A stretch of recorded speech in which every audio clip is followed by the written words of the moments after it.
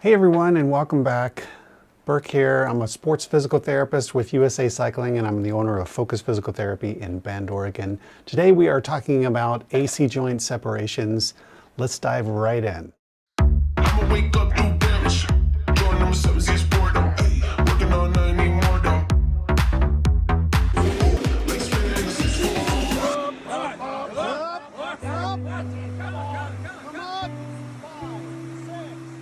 The acromioclavicular joint, or AC joint, is the connection between the clavicle and the acromion of the shoulder blade. As a physio for cycling, I see a lot of AC injuries. So the mechanism of injury is traumatic. So the healing time on this varies. It's based on severity of this tear or injury, and it's graded 1 through 6. Grades 1 and 2 are relatively minor separations. Grades 4 through 6 are severe and serious and will generally need surgery, and grade 3 is kind of somewhere in the middle. It depends upon how active and healthy you are, what kind of demands you put on your shoulder, and honestly whether it heals with conservative means or not. So the physiology of the ligament. Ligaments and tendons are both made of collagen, which is very strong and dense, and it resists tension, and that's what basically holds things together in the body. And when we have a new injury, we're going to go through some phases of healing, and as you heal, your body initially lays weak or immature collagen, which is called type 3 collagen, and over time, over movement, over some stress that is graded and progressive, that type 3 collagen will mature and convert into type 1, which is the good stuff. That's what we want. So this whole process happens through 3 phases. The first is the acute stage. That's where all the inflammation happens. That might be a few days to a couple or a few weeks, depending upon how serious the injury is. And then we're going to move into a phase called the regeneration phase. This is where your body is really creating the repair for whatever was damaged. So during that phase, it's important that we provide some movement, some input, some strength, but not a lot of challenge because those fibers are still weak. That phase might last a couple weeks for a really minor strain or sprain, up to 6 or even 8 weeks for a more serious injury. After that comes the remodeling or functional phase, and this is really where your body takes that immature scar and it forms a mature, flexible, strong repair. And during that phase, it needs exercise, it needs movement, it needs input, because the repair happens along the lines of force that are dictated by how we move and use our arm. If someone rests too much, if they don't mobilize their shoulder well enough in the kind of early to mid stage, then they're going to end up with a tight, possibly painful repair. So the trick with rehab is finding that right balance, not too much, not too little. If you're out there and you're trying to figure this out on your own, there are a few classic tests that we use to determine if someone has injured their AC joint. The first test we're going to use is resisted shoulder extension. With the arm in this position, someone, yourself or a friend, is going to resist pulling your arm back like this. This is test number 1. Test number 2 is called the crossbody test or scarf test, and in this test we're going to reach across, press the arm over. This compresses that joint, and if you have an injury to that joint, this is going to be painful. The third test tests a number of structures, and so these 3 really need to be done together as a panel to have the most accuracy. It's called the O'Brien's test. And to do this, we're going to hold our shoulder at 90 degrees, about 10 to 15 degrees towards the center of our body, and then rotate everything in, forearm as well as shoulder. Rotate that in and then resist pressure up. If you get a click or pain with this, that goes away when you do the same test in this position, then that is a positive test. So now let's get into the exercises. So some tips. I've got a bunch of exercises, and you don't have to do them all at once. You can chunk these out, you can break them down, just as long as you're hitting each exercise at least 3 days a week. Some of them might feel better for you to do. The ones that feel better, you can do them more frequently. You're not going to harm your shoulder if it feels good. Anything that's painful, your shoulder might not be ready for that. This isn't a cookbook This is based on how your shoulder feels and how your injury happened and what else might be injured besides that ligament that maybe we don't know about. So if you have sharp pains with anything or pain with a move that doesn't go away within a few minutes after you stop, hold off on that exercise, knock the weight down. You basically may have to wait a little bit longer before you can add that in, and that's okay. That doesn't mean that your shoulder is failing or you're gonna have major problems. You just gotta work with what you have going on. And then keep your intensity 50 to 60% of your max, or use a symptom-based progression, which means if you don't have enough strength to say hold a 45 plate out in front of you with your arm straight at 90 degrees doing forward raises with the plate, if you can't hold your elbow straight and you got to come in, go down and wait. That should be pretty obvious. So as always, I love hearing your cases in the comments section below, hearing your stories. If you've got stories or questions, leave them down there, subscribe to the channel, and without any further ado, let's get into the exercises themselves. My top 25 exercises after shoulder separation. If you have access to an upper extremity ergometer like this one, this is a great warm-up. Start with about 5 minutes of this. Most ergometers, you've got a pushing phase over the top and then a pulling phase under. So you can do alternating like 10 pushes over the top, followed by 10 pulls under. And then if your ergometer allows, flip it around and do the same thing coming towards you. Pull, pull, pull, pull, and then push under. Mobility exercise 1 are called wall angels. Back up to a wall, get your elbow in contact, try to get your wrist in contact if you can, and then slide up the wall, keeping your elbow and wrist in contact the whole time. If this is difficult for you, you can rotate your body towards your shoulder a little bit, away from the wall, and then gradually progress until you can get your arm all the way overhead, keeping it close to the wall. For those of you that are working on this kind of back squat position, this is a really great mobility exercise to achieve that. 2 more great mobility exercises are halos, narrow and wide. I'm gonna use a light kettlebell here. And I'm just gonna start to circle my head with the halo. And reverse direction.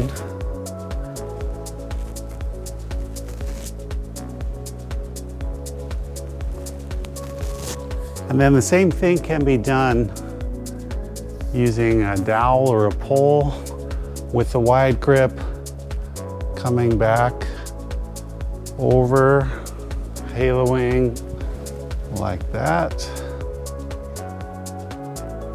So the trick with this is find the width that allows you to keep straight elbows as you come around, and exaggerate the movement of your shoulder blade as you work those ranges.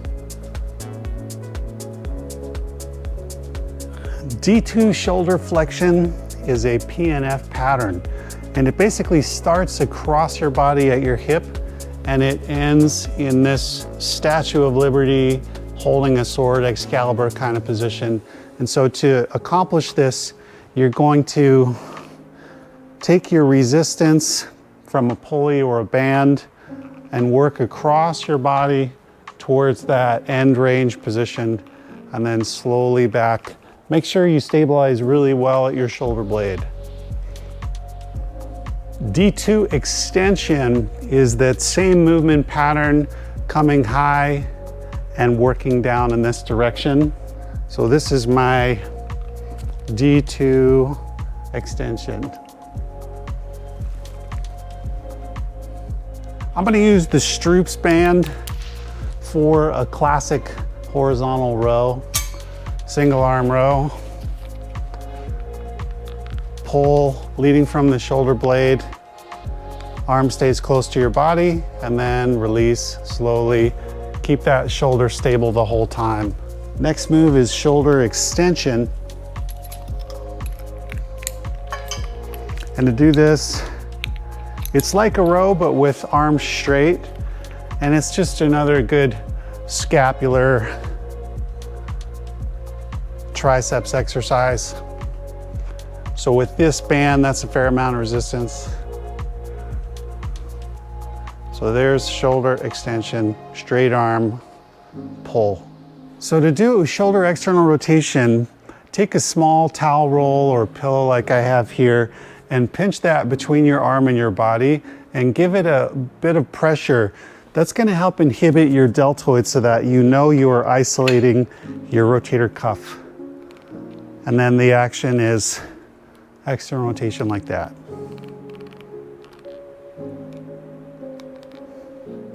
Internal rotation, change directions, pull from out towards your midline, and then release slowly.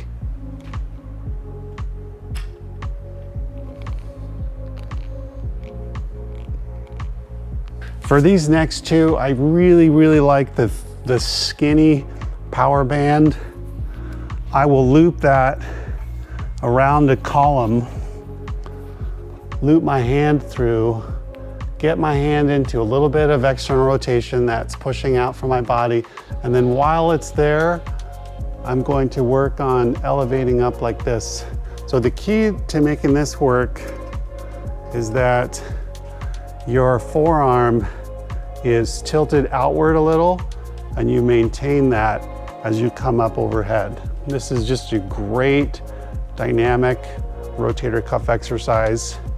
It's a little bit different than that first PNF move that we were doing, and you can flip around and do the same thing with internal rotation. Pull in and then press up.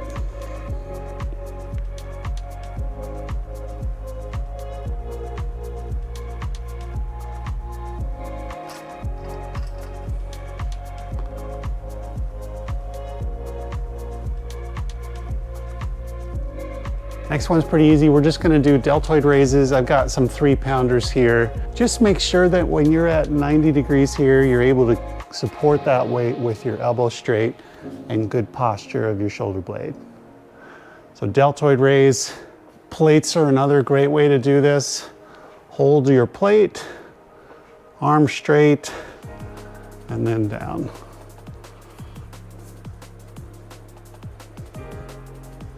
So it's time to get low. This next one is called the push plus, and it's basically the last quarter to a couple inches of a push-up where you're pressing your shoulder blades away from the center of your back. So to do this, get yourself in a plank position. And we're not doing a push-up, we're just going to relax the straight arms to let the shoulder blades sag and then press them away from your body. This one is great. You can modify it. You can make it easier by dropping onto your knees. You could do this against a wall to make it even easier. And you could do this with a single arm to make it more challenging. You can also do this into a bosu for a little bit instability. And you can flip the bosu around. Use a dowel or a bar and get yourself into a downhiller or enduro style press plus. We're going to jump back to the table to do these next few. If you're doing your workout at the gym, some of these you can do on your hands and knees. Others you might just wait and do when you get home. This one, external rotation, inside line.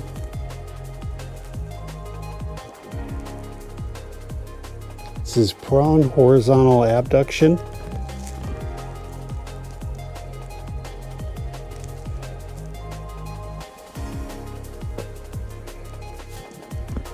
I'm trying to stay at 90 degrees with my shoulder.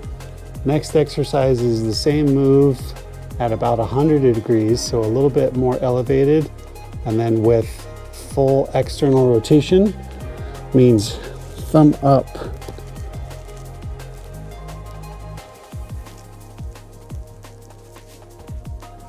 Next, we're going to do a couple of row variations. First one is just a straight prone row. And then we're going to do a prone row, and we're going to add external rotation. Dumbbell curls are next. And you can do these with the neutral or thumb up alignment. You can also do them with the palm up alignment and even palm down. So you might do 5 each variation. And then for triceps, this is an overhead press. Just gonna make it a little bit easier for you to see. Arm comes overhead, stabilize with your opposite hand, and then press overhead like that. Next, we're gonna do some physio ball circles. Take a physio ball, press it against the wall, brace your body, good posture, good alignment, and then we're gonna do, you can do up and down, side to side, and circles. If that hurts your wrists or if it feels too easy, you can get yourself into an elbow brace and basically do the same thing. And if that's too easy, drop down and do the brace from a plank position. So I have 3 more exercises as part of this series on rehab after AC joint separation. I want to take this opportunity to thank you for watching the video. Subscribe if you like this kind of content. And as always, have an awesome rest of your day. I hope to see you next time. Let's jump into the last 3 exercises. This next move comes from the functional movement screen, and it's basically the start of a functional movement screen stability push-up. What we're gonna do is take our thumbs even with the crown of our head, space our hands out to be shoulder width, come up to a wall, walk your feet away from the wall, and then do some push-ups in this position. If that's easy for you, it is very easy to make this exercise harder by dropping and doing it on your knees, and eventually from a full plank, regular push-up style. For this next one, we're gonna need a couple dumbbells. If you do not have push-up assists or parallettes or anything like that, this is basically a downward push-up. So I'm gonna get into position here, feet out in front of me, and then press and lift. This one is all about this scapular motion right here. It's called scapular depression.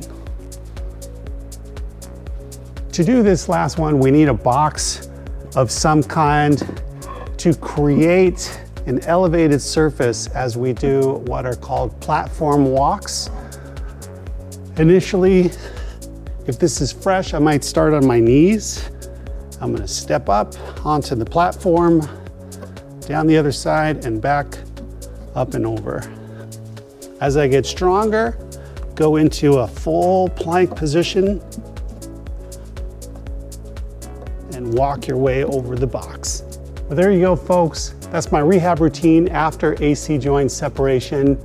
Thanks for watching. We'll see you next time.